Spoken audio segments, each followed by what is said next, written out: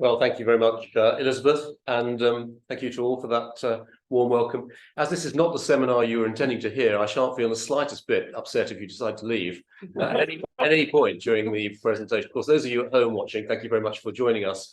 I'm so sorry that Cinzia wasn't able to be with us. We'll hope to rearrange that for a later occasion. But of course, do feel free to switch me off if you'd like to. So, as Elizabeth has just said, what I'm going to present to you is effectively a chapter I've written in the book Royalty and Architecture that the visiting professor here at the Axon Johnson Centre for the Study of Classical Architecture, Clive Aslett, and I have edited for our Swedish foundation donors and their publisher, Stolpe. It's a project that came about, let me see if I can pause. Oh, okay. Just click on these. Yeah. It's a project that came about actually as a commission from Axon Johnson in connection with their extraordinary publication of one-to-one facsimile reproductions of the drawings collection they own of King Gustav III of Sweden. So the king's own architectural drawings, plus a wonderful collection of drawings contemporary to him and indeed late 17th century drawings as well, which Axon Johnson hold at their Engelsberg Brook World Heritage Site Seminar Centre in north of Stockholm. And you can see there on the right-hand side of the slide are summer school students actually studying those drawings there in Engelsberg. And there I am, bottom left, actually looking at these enormous facsimile volumes. A special table was designed to house them by Francis Terry. And there's a reduced version of this enormous publication that you can see on the top left there. And I pulled this slide out this morning and thought I really should have changed my clothes since then. Let's go. Sorry about that. But, so this is a chapter from the book, looking not at royals in this case, royalty in this case, but looking at nobility in Hanoverian Britain. I'd ask you to bear in mind this was a chapter written, of course, for a wider readership than just the academics, so I made a few changes to it in the small hours of this morning, but I just must bear that in mind. It was intended for a more general readership than perhaps would normally be the case. Now let's see if we can. Good, okay. So I was, as you know, strictly and in every sense of the word, my own architect. So said Thomas de Grey, the second Earl de Grey, in 1846. The statement appears in a memoir written by the Earl for his daughter Anne, Countess Cooper, in which he accounted for the design of his new country house, Rest Park in Bedfordshire, a great mansion in a thoroughgoing Louis XV style that was novel in Britain at the time and rarely matched subsequently. Built between 1834 and 1839, Rest stands at the very end of the Georgian era, a period renowned for its many architectural developments, not the least of which was the role played in the design of buildings by a remarkable number of members of nobility, the highest social class in Britain after the royal family. There is no doubt that Earl de Grey personally designed Rest. His memoir describes all that he did in great detail, including his use of source material derived from French architectural books, 3 of which appear in plaster relief prominently placed between the main hall staircases over the doorway that leads to the ante-library. Furthermore, very competent drawings for the house and the wider estate survive in de Grey's own hand. In 1829, his design for the Shefford Lodge and gates on the left here has the monogram signature G with a baron's coronet symbol over it. The little 4 balls you see there on the detail taken on the bottom right of the drawing on the left and the middle image on the right there is G. At this stage, he was still the 3rd Baron Grantham, and the design was made for his maternal aunt, Countess de Grey. After she died in 1833, and he inherited the earldom along with Rest Park, he signed his architectural drawings thereafter de G, as you can see from this example of detail from one of the drawings in Bedfordshire Record Office on the bottom right. The drawings provide architecture historians with conclusive proof that this noble patron not only had design ideas for buildings, but also possessed the technical ability to commit them to paper in a manner from which executant architects and craftsmen could, and did, carry them out. Given this then, it comes as some surprise to note that in 2023, the second Earl de Grey's entry in the online Oxford Dictionary of National Biography makes no mention of his work as an architect, which in fact extended to designing several other buildings than West Park, including the cell block of the House of Correction, Ripon in Yorkshire. Instead, the ODNB entry details de Grey's military career and relatively short political life, followed by the aristocratic figurehead role he occupied from 1835 as the first president of the nascent Royal Institute of British Architects. Thus, there is a counter-tension to what might be thought the straightforward story of British nobles practicing architecture in the Georgian period. It is a tension that is part historical and part historiographical in character. Historically, it points to a social unease among British aristocrats themselves about the participation of their peers in an activity that could be considered, de haut en bas, as artisanal, and thus demeaning to the sense of detached virtue believed proper to their class. As will be suggested later, that unease had its origins in the very first half of the 18th century itself. However, the very fact that Earl de Grey's daughter felt the need to commission a neatly transcribed leather-bound memoir of her father, detailing precisely his responsibility for the design of West Park, makes it still detectable in 1846. In historiographical terms, the omission of de Grey's architectural career from the latest revision of his ODNB entry, made in 2009, reflects the original 1890 date of publication of the relevant volume of the Dictionary of National Biography. Those involved in the slow professionalization of architecture in Britain in the later Georgian period had no doubt about the debt they owed to nobles, as we will also see later in my paper. However, in the late Victorian and Edwardian periods, and indeed until the impact of German and American scholarly perspectives in the decades up to the mid-20th century, British writers on Georgian architecture manifested a snobbish de bas en haut refusal to acknowledge that noble patrons, to cite Reginald Bloomfield in 1897, could possibly have condescended to designing buildings themselves. Inadvertent though it may have been then, the obscuring of Earl de Grey's status as an architect as recently as 2009 lends weight to the need for the book now in press on the architecture of European royalty and nobility, even in the exceptional British case. And of course, a good reason why you'll want to buy it as well.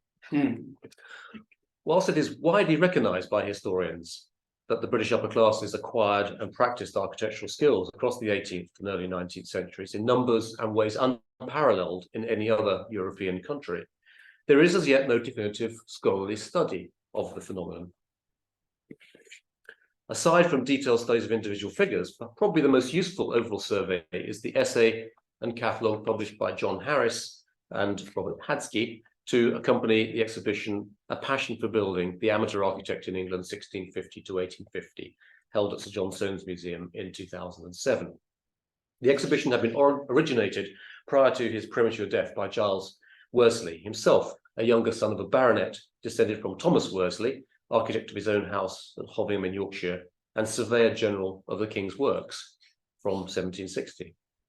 Earlier in 1993, Charles Worsley had also organized a symposium at the Georgian Group on, quote, the role of the amateur architect, subsequently published as a series of 8 papers.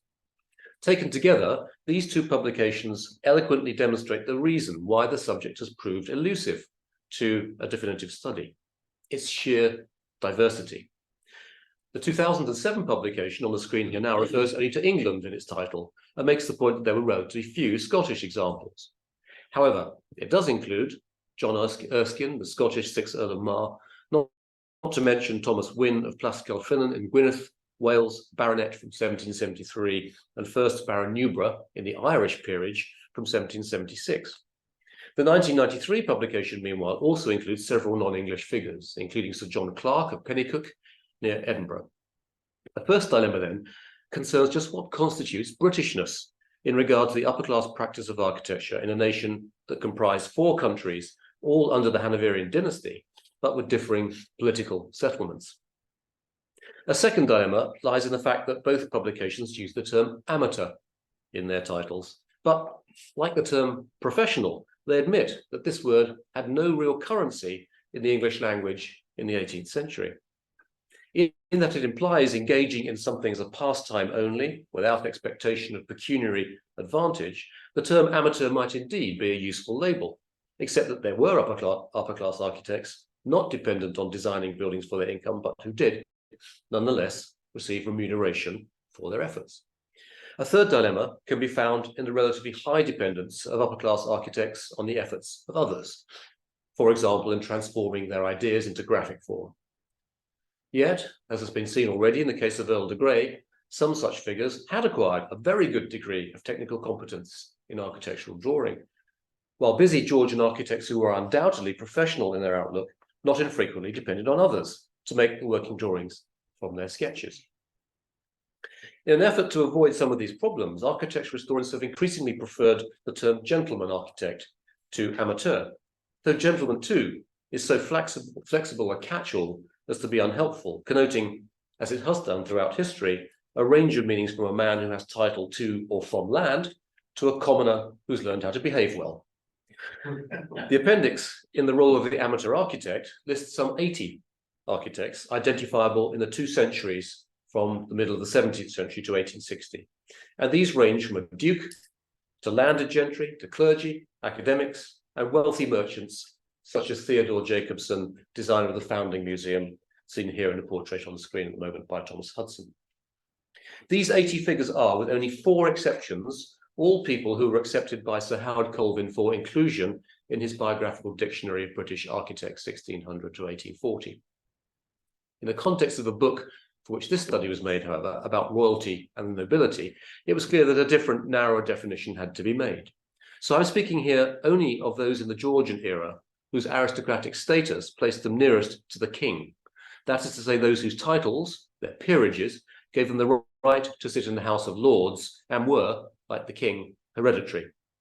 Dukes, marquises, earls, viscounts, and barons. After the Treaty of Union of 1707, only 16 representative Scottish peers received the right to sit in the Westminster Parliament, but they included the 6th Earl of Mar, architect. After the Acts of Union of 1800, 28 representative Irish peers also received the right to sit in the Westminster Parliament, but no architect figures were involved. Baronets, who were architects, are also included in my study today, as despite the fact they were not entitled to seats in the House of Lords, their titles were nonetheless hereditary. They, and indeed non-English peers, could sit as members of Parliament in the House of Commons, if elected. Thus, Thomas Wynne, the Welshman, whose 29-year career as an MP continued after he succeeded his father to a baronetcy, and still continued after he'd become Baron Newborough of Ireland. Those titled by having been knighted ad hominem for the term of their own lives are excluded here, as are all other gentleman architects lower down the social chain. Such a definition still produces a very striking total of more than 20 noblemen who may be regarded as practicing architects during the Hanoverian era. And there they are. The phenomenon whereby so many British noblemen practiced architecture in the Hanoverian age had its roots in 17th century circumstances. Unlike Italy, England's medieval guild system had not morphed into formal academies of art and architecture before the Civil War. Architectural training largely remained craft-based, and architectural discourse principally rested in the hands of the educated gentry. The latter is best seen in the case of Sir Henry Wotton, who, after a scientific education at Oxford, spent much time traveling in Europe and then served as ambassador to Venice for most of the period 1604 to 1623. Immediately on his return to England, Wotton capitalized on his broadly humanist Italian experience by publishing in 1624 The Elements of Architecture, a loose version of Vitruvius's 10 Books of Architecture, and the first such theoretical work written in English. The outbreak of the Civil War caused some gentry who had become leading architectural figures to avoid hostilities by traveling on the European continent, where they garnered the necessary knowledge of theory and practice. Thus, Sir Roger Pratt was away for 6 years in the 1640s, overlapping in Rome with John Evelyn. The 1650s saw architecturally minded gentry traveling to the Netherlands to join the exiled Stuart court, as was the case with Hugh May, later the architect of Windsor Castle. As Simon Thurley points out in his essay in our forthcoming book, the extent of Charles II's own architectural expertise, acquired during his years in exile, has been overlooked, as perhaps has also that of King William III. The Restoration monarchs inculcated a strong architectural culture at court, and while Charles did not follow the example of his cousin, Louis XIV, in founding artistic academies, he almost immediately lent his royal imprimatur to the College for the Promoting of Physico-Mathematical Experimental Learning, founded in 1660 and soon to become the Royal Society. It was within the Royal Society that architectural discourse resided, one of its founder members, Christopher Wren, becoming effectively the first professional gentleman architect paid to run the Office of Works as Surveyor General. The newly elevated status of architect is interestingly reflected in portraiture. John Michael Wright's representation of the leading gentleman architect north of the border in Scotland, Sir William Bruce, probably painted around 1664, depicts the sitter holding a port crayon and paper, but does not explicitly announce an architectural identity. In 1668, however, Hugh May's appointment as controller of the Office of Works was celebrated by his 1650s travelling companion to the exiled Stuart court, Sir Peter Lely, by a striking double portrait of the two friends. May's hands rest on and point in what has been described by Susan Jenkins as a mathematical gesture to an architectural plan, presumed to show Windsor Castle, for which he designed the Upper Ward, King's Chapel and North Side apartments. The building itself, Windsor Castle, appears prominently in the background, beyond and above May's left shoulder. However, it is the castle's instantly recognisable round tower that is shown here, since if the painting does indeed date from circa 1675, May had only just commenced work on his own contributions. Nonetheless, the message was perfectly clear. Despite being recognised by Roger North as a, quote, professed architect, Sir Roger Pratt was more circumspect when he commissioned a portrait, probably also from Lely and in the 1670s. Despite the tropes of a column and background buildings, Pratt rests one hand on a bust, whilst the other dangles freely, a pose suggestive of the ease and virtue of a gentleman with European pedigree. Pratt had been knighted by Charles II for his services as one of the three commissioners the king had appointed to supervise the rebuilding of the City of London after the Great Fire of 1666. Wren's knighthood in 1673 was similarly bestowed for services to architecture. The Sheldonian portrait on the left shows Wren as the polymathic man of the Royal Society, for whom architecture formed only a part of his activities. By the time Kneller painted the famous National Portrait Gallery image on the right-hand side here, the dividers in Sir Christopher's right hand, hovering just above a plan of the west end of St. Paul's Cathedral, acknowledge him as the greatest work of Britain's greatest living architect, approaching the end of his career. It's important to note, however, in a place as socially sensitive as the British Isles in the immediate aftermath of the Civil War and the Restoration, that all these architect-sitters were members of the class of the gentry, not of the aristocracy. Sir William Bruce may be regarded as an exception, in that he was first knighted for his role in smoothing the way in Scotland to Charles II's restoration, and then raised to a baronetcy as a result of having used his wealth to buy landed estates. Another exception may be Thomas Fitch, whose career as a building contractor was discussed by Christine Stevenson in this seminar 2 weeks ago. It was intriguing to see that, having been made a baronet, Fitch's portrait gives no indication at all of the means by which he had come into the wealth, nor, I noted, did the coat of arms he adopted. Perhaps the only aristocrats of the Restoration from established family dynasties to have claim to the title of architect were Richard Jones, 3rd Viscount and 1st Earl of Ranelagh in the Irish peerage, and Lady Elizabeth Lady Wilbraham, wife of Sir Thomas Wilbraham, 3rd Baronet. Lady Wilbraham had travelled in Europe and is known to have made extensive memoranda in her 1663 copy of Godfrey Richard's first book of architecture by Andrea Palladio, though whether or not she was directly involved in the design of her house, Weston Park in Staffordshire, is a matter of dispute. Ranelagh, meanwhile, rose to become a salaried surintendant of William III's buildings and parks, having designed a house for himself and provided architectural advice to friends. Whilst no drawings from his hand are known, he did bequeath to the architect 6th Earl of Mar a substantial collection of mathematical instruments, some evidently for use in drawing. Ranelagh's portrait, however, also by Lely on the right here, at Chelsea Royal Hospital, where he was the treasurer, does not show him in the character of an architect, but rather in a standard quasi-military mode with baton used by the artists, you see in the case of the print of the portrait by Lely of Thomas Thynne on the left here. This is the context against which we should re-evaluate Jonathan Richardson's well-known portrait of Richard Boyle, 3rd Earl of Burlington, a picture of considerably greater significance, I would now argue, than is generally recognised by architectural historians today, familiar as we are with the notion of the aristocratic architect. It seems incontrovertible that the picture must date between 1717 and 1719, that is in the period between Burlington's grand tour and his return to Italy on a second visit. Before that, his architectural advisor was Colin Campbell, whose guidance is readily recognisable in the style of the background Casina or Bagno, the building in the garden of the young Earl's Jacobean house at Chiswick, described by Campbell as, quote, the first essay of his lordship's happy invention anno 1717. The wigless, open-shirted Burlington himself, not yet 25, is depicted leaning on a pedestal emblazoned with an earl's coronet, over which his right hand prominently displays dividers. Again, the message is perfectly clear. Yet this painting had no known provenance before the mid-20th century when it entered the National Portrait Gallery, nor were any prints made after it. A second version that must date from after 1730, when Burlington received the Order of the Garter, surfaced in 1935 and was sold at Christie's, its present whereabouts unknown.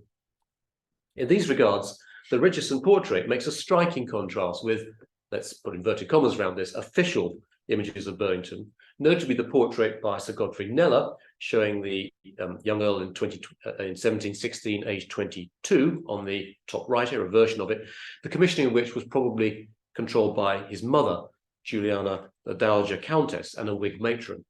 This was the image, updated to include the Order of the Garter, that was included in the set of mezzotints of Kit Kat Club members, published by John Faber some 15 years later, lower right image here. In sum, it's hard to escape the perception that there was and remained something illicit about Richardson's depiction of Burlington, produced just after the Hanoverian accession in 1714, of a working aristocrat architect whose titles stretched back a century.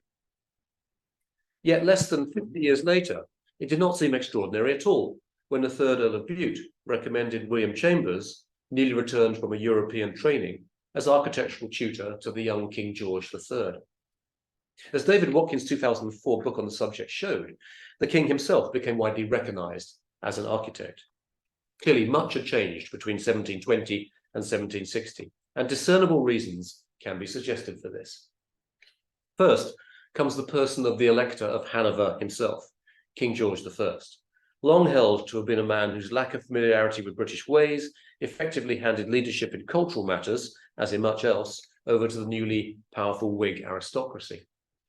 Scholarship since 2000 by Barbara Artyszewska, in particular, has led to wholesale reappraisal of this understanding, showing the German king to have been a promoter of Palladian classicism during his rule in Hanover, and then to have played an active role in reforming and modernising the English Office of Works. In this architectural respect, George I can be seen as continuous with his Stuart predecessors, rather than fundamentally different from them. A second reason for the emergence of the aristocrat architect lies in the way that debate around architecture moved out of the scientific realm of the Royal Society and into that of the aesthetic and moral world of taste in the early 18th century. This change came about as a result of the increasingly neoclassical educational curriculum of young nobles, combined with the exponential growth of the great tradition of the Grand Tour that followed the Treaty of Utrecht, the Peace of Utrecht.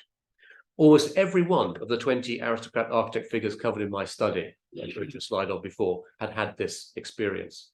Taught by their tutors to view themselves in the guise of leading men of ancient Republican or Imperial Rome, who were also cultural leaders, and encountering in Italy in particular the patronage of cardinals and princes of the Renaissance and of the modern day, they quickly adopted similar roles as expressive of a newly confident and wealthy British state.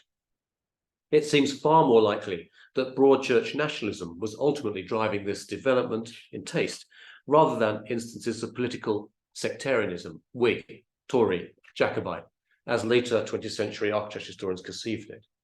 Indeed, it was argued by Alexander Etchlin and William Kelly in 2016 that the intellectual origins of the supposed Whig Palladian movement of the 1720s lay with the Tory Dean of Christ Church, Oxford, Henry Aldrich, in the first years of the century.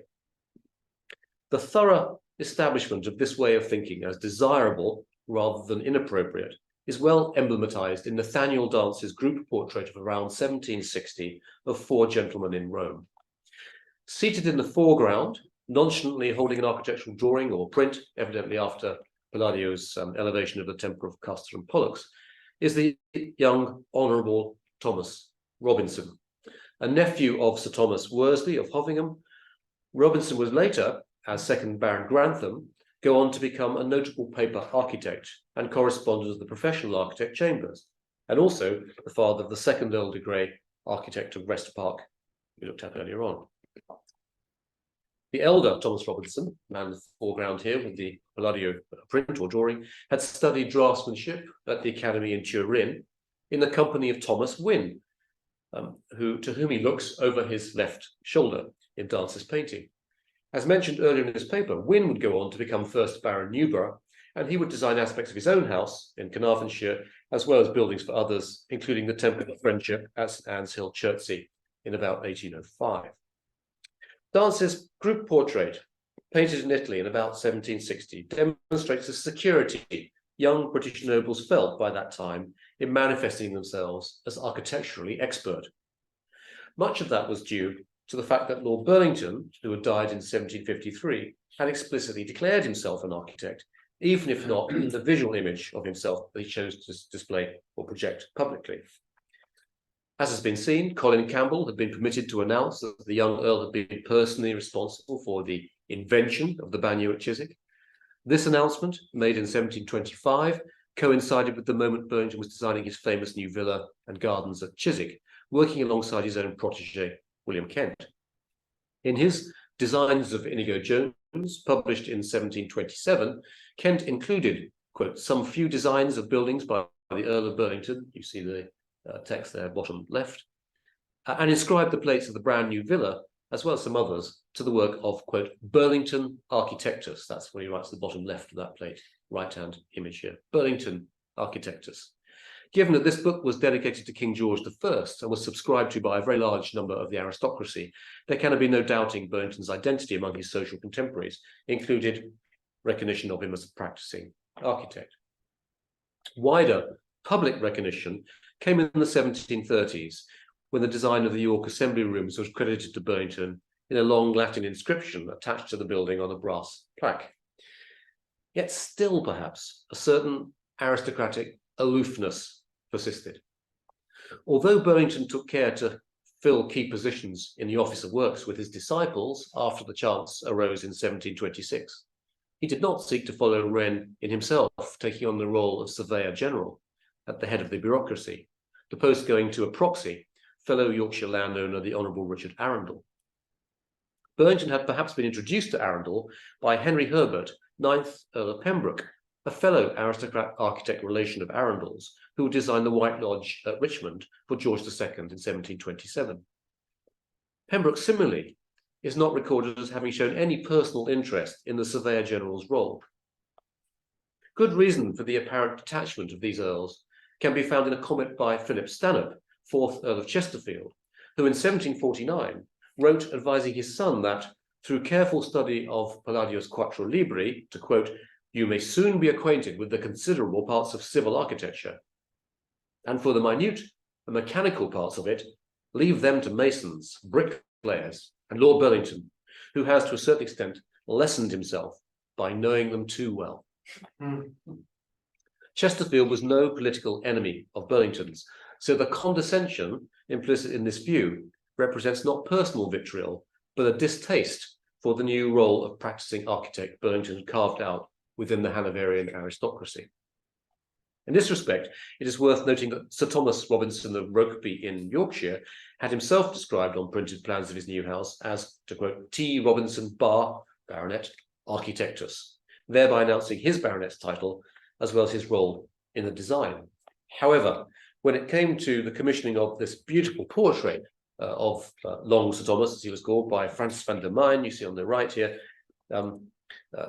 Robinson elected to be shown turning the pages of Palladio Architecture Volume 1, but with no overt reference to his own architectural skill. The image projected is very similar to that in George Knapton's portrait of the now middle-aged Burlington on the left here of 1743. Moreover, on the Rugby plans, the Burlington disciple Isaac Ware is also credited alongside Robinson, perhaps as an amanuensis. A similar relationship more surely existed between Lord Pembroke and his architect collaborator, Roger Morris. Colvin credited 11 buildings to Pembroke, including the exquisitely quintessential and influential English riverside Palladian villa Marble Hill at Twickenham. No drawings, however, can be attributed with certainty to the Earl, nor is he known to have had himself shown as an architect in his portraiture. By the time of Pembroke's death in 1750, followed by that of Burlington 3 years later, however, things were changing. Despite the fact that there was no Royal Academy of Art before 1768, the first half of Hanoverian rule had seen steady progress to what today would be called the professionalization of the arts.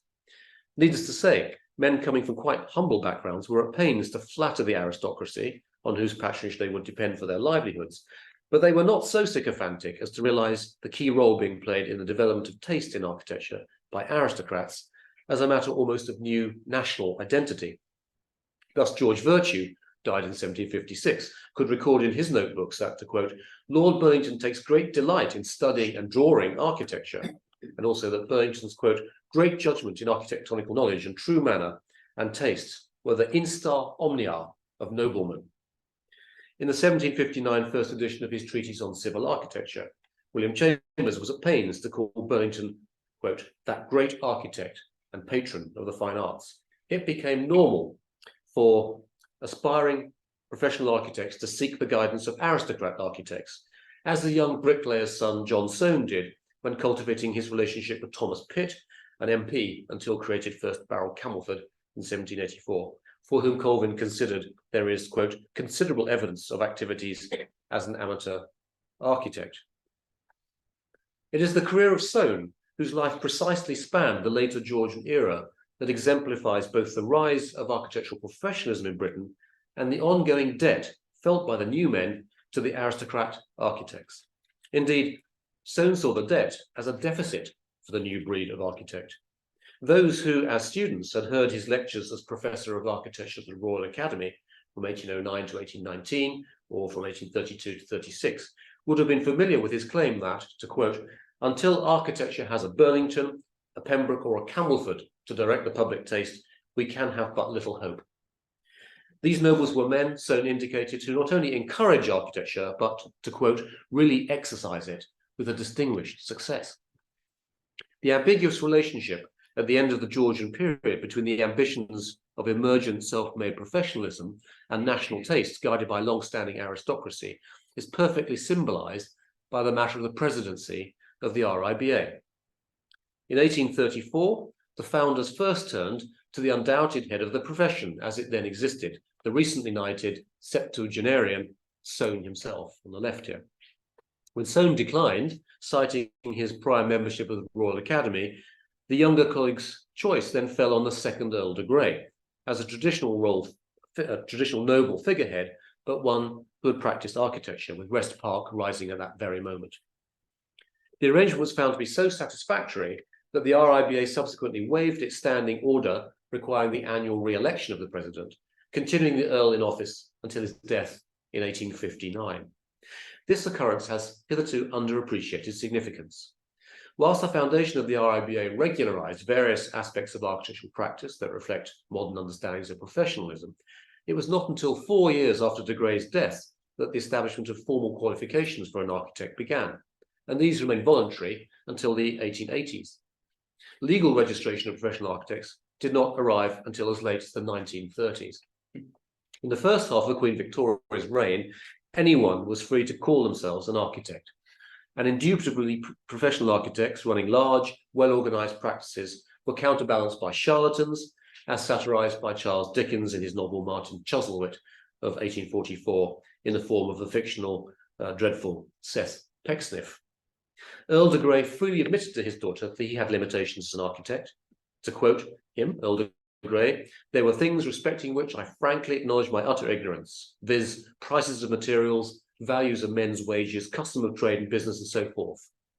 For these things, he depended upon his clerk of works, Mr. Brown, formerly a clerk to John Nash, and his executant architect, James Clapham. However, de Grey will not have been the only person practicing architecture in the 1830 to 1860 period to have lacked these professional and business skills, and he at least had the excuse of significant estates to manage in Bedfordshire as Yorkshire, as well as holding some high offices of state. There was a modesty then in Earl de Grey's statement about his RIBA presidency, reported in the Times obituary of him, that, quote, I had no particular claim to the honour. His architectural skill, which saw him closely involved in a number of national projects, including the prominent West Wing of Buckingham Palace and the new Palace of Westminster, was no isolated matter. Instead, it was representative of other aristocrat architects of the first half of the 19th century, such as his collaborator at Westminster, the Welshman Charles Hanbury Tracy, later 1st Baron Sudeley, and Sir Charles Monk, 6th Baronet. De Grey's situation also provides contextual background for the architectural achievements of Prince Albert, the two men probably collaborating at Buckingham Palace in 1846. Lord Sudeley's Toddington Manor in Gloucestershire, meanwhile, was built, quote, entirely to his own designs, and Monk was equally, to quote Colvin, entirely his own architect at Belsay Hall, Northumberland, making his own drawings and supervising the work himself, a neat and accurate draftsman who only needed the assistance of the budding professional John Dobson for help with particularly complicated tasks, like drawing the Ionic Capitol volutes. Belsay Hall stands as one of the outstanding monuments of the Greek revival in Britain. Begun in 1807 and occupied 10 years later, the Philhellene monk conceived a solution to the problem of marrying the romantic desire for Grecian character with the climate of northeast England, perhaps modulated, as Richard Hewlings has argued, by the examples of Prussian and other northern European buildings he had encountered. Whatever the precise sources, at Belsay, Monk pioneered the type of compact, classicizing house that, in the hands of the professional, Robert Smirke, became what A.W. Pugin would disparagingly refer to in 1836 as the new square style. Externally, Greekness at Belsay resided in sublime mass rather in the stylophily of temple porticos and colonnades. Yet inside, Monk achieved one of the great hallways of any English country house, a Greek hypaethral temple cella of Ionic colonnades over which a Doric order of his own invention with elegant ironwork is superimposed. Belsay Hall, an acquired academic taste perhaps, and admittedly a little cold in its stony character, raises finally the qualitative question as to the importance of the work of British aristocrats on the development of architecture in the country more generally across the Hanoverian period. As was seen at the start of this paper, acknowledgements that aristocrats had played any role at all were suppressed in the later Victorian period. In 1862, James Ferguson attributed the design of Chiswick to Inigo Jones in his History of the Modern Styles of Architecture, an egregious error, not least in that he reproduced the elevation of the villa from William Kent's designs of Inigo Jones, where, as has been noted earlier, it is clearly inscribed Burlington Architectus. This perverse assessment was not corrected in subsequent 19th century editions of Ferguson's book, including the third prepared as late as 1891 by the architect Robert Carr. Burlington did not get an entry in the book's index, but Ferguson at least allowed, in speculating on the creative relationship between Burlington and Kent, that he was a man of taste, skilled in architecture.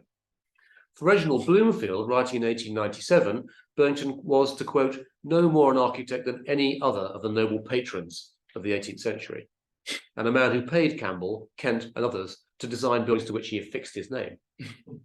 In 1914, Albert Richardson asserted that, to quote, no record of Burlington's architectural prowess is forthcoming. It took the American scholar Fisk Kimball in an article of 1927, provocatively titled Burlington Architectus, to begin the process of setting the historical story straight.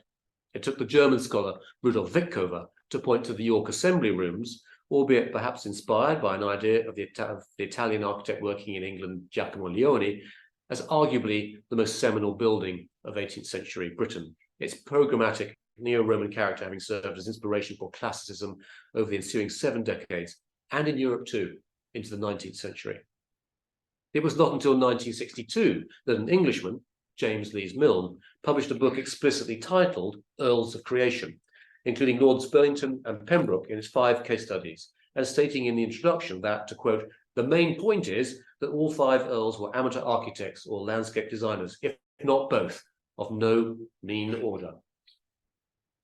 There were, of course, aristocrat architects who were less successful, even working within the restrictive and refined palette of that Burlington and Pembroke were establishing as the standard of architectural taste in the first half of the 18th century. Long Sir Thomas Robinson could not quite keep it up when he began building his house, Rokeby Park, somewhere between 1725 and 1729.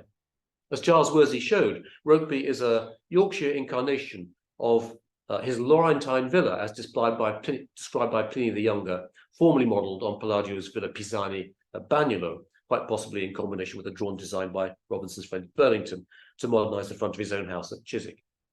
However, the vision of Rokeby, so beautifully shown here in this painting by George Kewitt, soon turned out to require major change, something Robinson was already contemplating in the mid-1730s when he began to seek the advice of Burlington's acolytes at the Office of Works. By the 1750s, Robinson had abandoned what was surely intended as the principal entrance on the north side, which we see in this painting, and added a portico to the south side, to the park. Today, the proudly turreted north front is much disfigured and faces a cramped yard for parking cars. The peculiar internal plan of Rokeby was also fundamentally altered, so that only 2 rooms now survive in their original form. Carefully studied individual elements on which Robinson lavished particular care and expense, such as the door case in the saloon, are underscaled in relation to the room's overall proportions. At Castle Howard, could anybody really claim that the doctrinaire Palladian west wing that Robinson built in the 1750s for his father-in-law, the 3rd Earl of Carlisle, was a particularly successful addition to Sir John Vanbragh's magnificent Baroque house, even after its original ungainly second story was removed? That's a question now, Anthony, rather than a statement. Robinson's design shortcomings must, however, be seen in the context of both the high bar and the clearly articulated architectural grammar of Palladianism as set by Burlington, Pembroke, and others. This is a quite different situation from the bizarre character of a building such as Bunny Hall in Nottinghamshire of 1723, certainly designed and drawn up by its owner Sir Thomas Parkins, the 2nd Baronet, and a wrestling enthusiast. Colbin's description of Bunny was to exemplify, to quote, the lunatic fringe of the Baroque. And this was perhaps accurate enough. But when John Harris and Robert Fradsky extended the phrase to a whole category in their catalogue, they could only find one other qualifier, Thomas Wynne, 1st Baron Newborough, among the 36 upper-class architects they included in their 2000 exhibition on amateur architects. Also included in that exhibition, inevitably, was King George III. To conclude then, from the very start, as we now appreciate, the Hanoverian monarchs, following on from their restored Stuart predecessors, valued and fostered architectural expertise in the highest social stratas of their courts. Despite some caution, most evident in portraiture, about the association of architectural design with belittling manual labour, the aristocracy responded to royal encouragement after 1714 in no less way than did lower orders of the gentry. This was a pattern that was to continue throughout the reign of George IV and of William IV. Aristocratic men were closely involved in leading the way in the national development not just of Palladianism under the first 2 Georges, but in the 19th century of the Greek revival, where the gentleman Thomas Hope was so instrumental a figure alongside Sir Charles Monk, but also in the later 18th century of the Gothic revival, story for another lecture perhaps. Here, gentlemen architects such as Sanderson Miller were joined in their importance, their contributions by John, 2nd Duke of Montague, Sir Roger Newdigate, 5th Baronet, whose Arbury Hall we see here, worked on with Sanderson, and by Horace Walpole, who had become 4th Earl of Orford in 1791. And this impetus was also taken forwards in the 19th century, as the example of Toddington Manor in Gloucestershire demonstrates, designed by the man who chaired the commission which selected Charles Barry's proposals for the new Palace of Westminster in 1835. The extent of the aristocratic drive of national developments in architecture in Britain was a unique occurrence in 18th and early 19th century Europe. It reflected the particular political and economic circumstances of the British Isles in the Hanoverian period, as well perhaps as an innate predilection among British nobles for shaping the built environment around them against the background of the slow professionalization of architectural practice. Thank you.